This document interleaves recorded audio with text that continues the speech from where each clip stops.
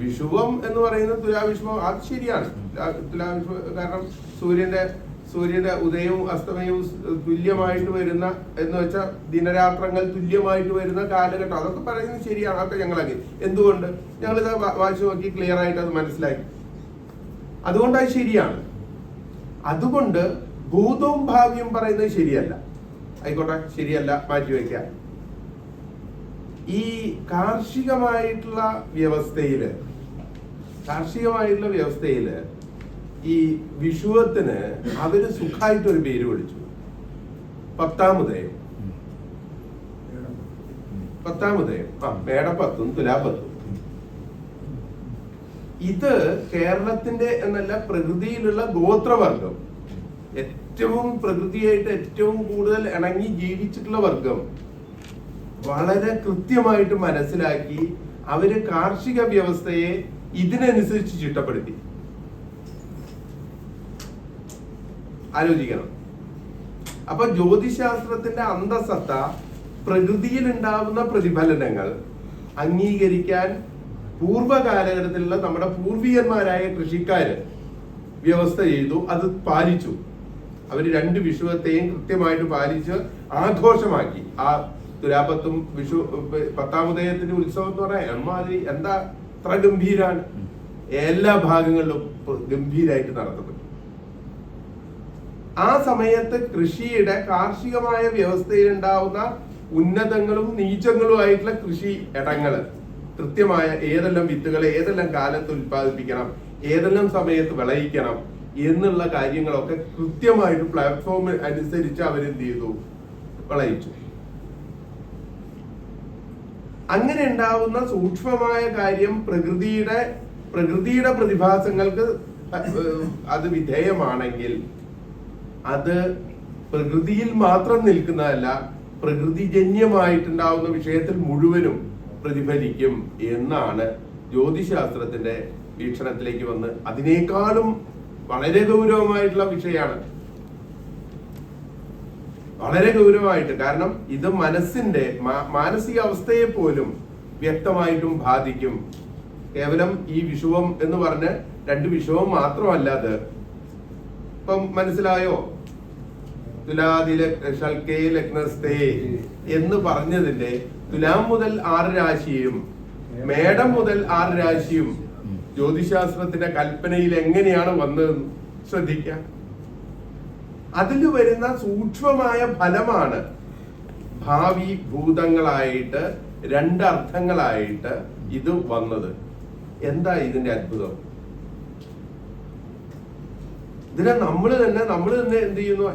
അത് വിശ്വസിക്കാൻ വെറുതെ അനുഭവമില്ലാത്ത ഒരു ശാസ്ത്രമാണ്, അത് അന്ധവിശ്വാസം വിട്ടെ.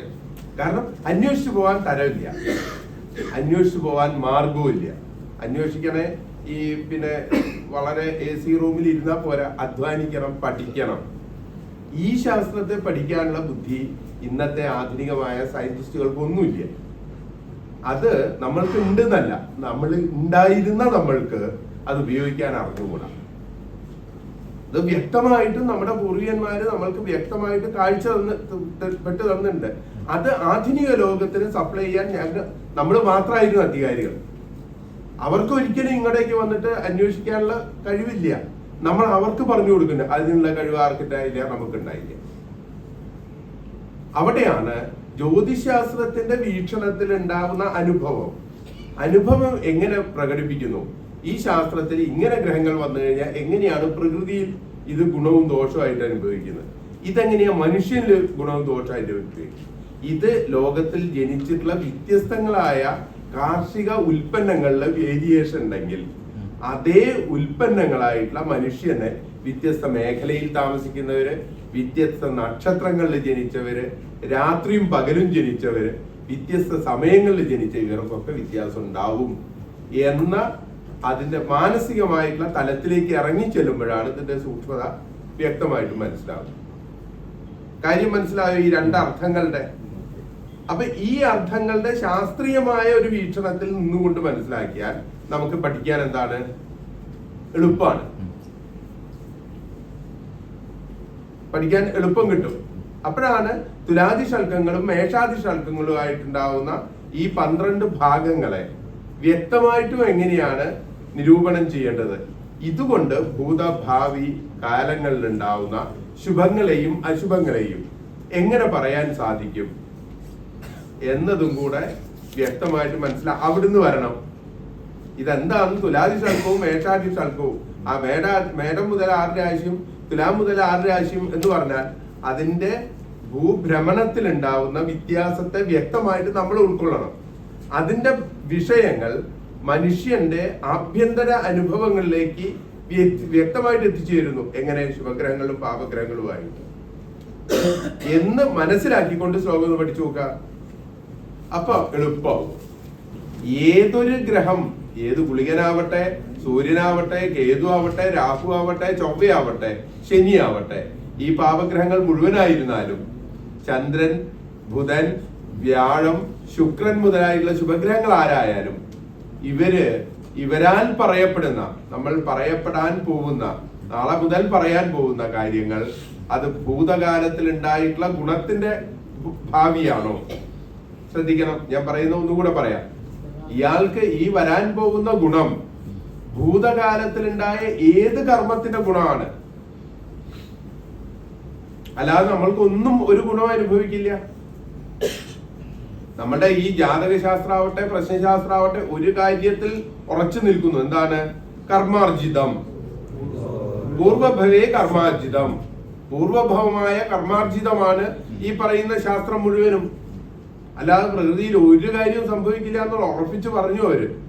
എന്നിട്ട് പറയുകയാണ് അത് എന്ത് ഈ ജന്മത്തെ ഈ ആയുസ്സിൽ ഞാൻ അനുഭവിക്കുന്ന സുഖങ്ങൾ മുഴുവനും എന്റെ ഇന്നലകളില്, ആ ഇന്നലകളില് പിറകോട്ടിലിരിക്കുകയാണ്.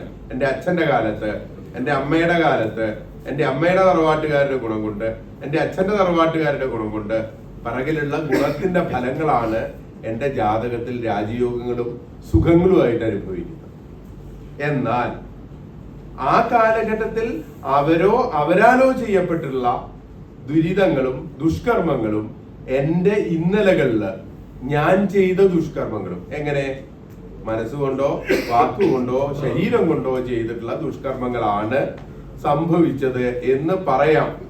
അത് പറയാൻ കൃത്യമായിട്ട് 2 താളങ്ങളായിട്ട്, 2 ഭാഗങ്ങളായിട്ട് ജ്യോതിഷ് ചക്രത്തിനെ തുലാദി ശൽക്കങ്ങളും മേഷാദി ശൽക്കങ്ങളുമായിട്ട് മാറ്റുകയും അതിൽ ശുഭങ്ങളെ മുഴുവൻ ശുഭഗ്രഹങ്ങളെ കൊണ്ടും പാപങ്ങളെ മുഴുവൻ പാപഗ്രഹങ്ങളെ കൊണ്ടും നിശ്ചയിച്ചു കഴിഞ്ഞാൽ കൃത്യമായിട്ട് നമുക്ക് എന്തായി? പ്ലാറ്റ്ഫോമായി. ഏത് തരത്തിലുള്ള ചോദ്യങ്ങളാണെങ്കിലും കൃത്യമായിട്ട് എടുത്ത് ഉത്തരം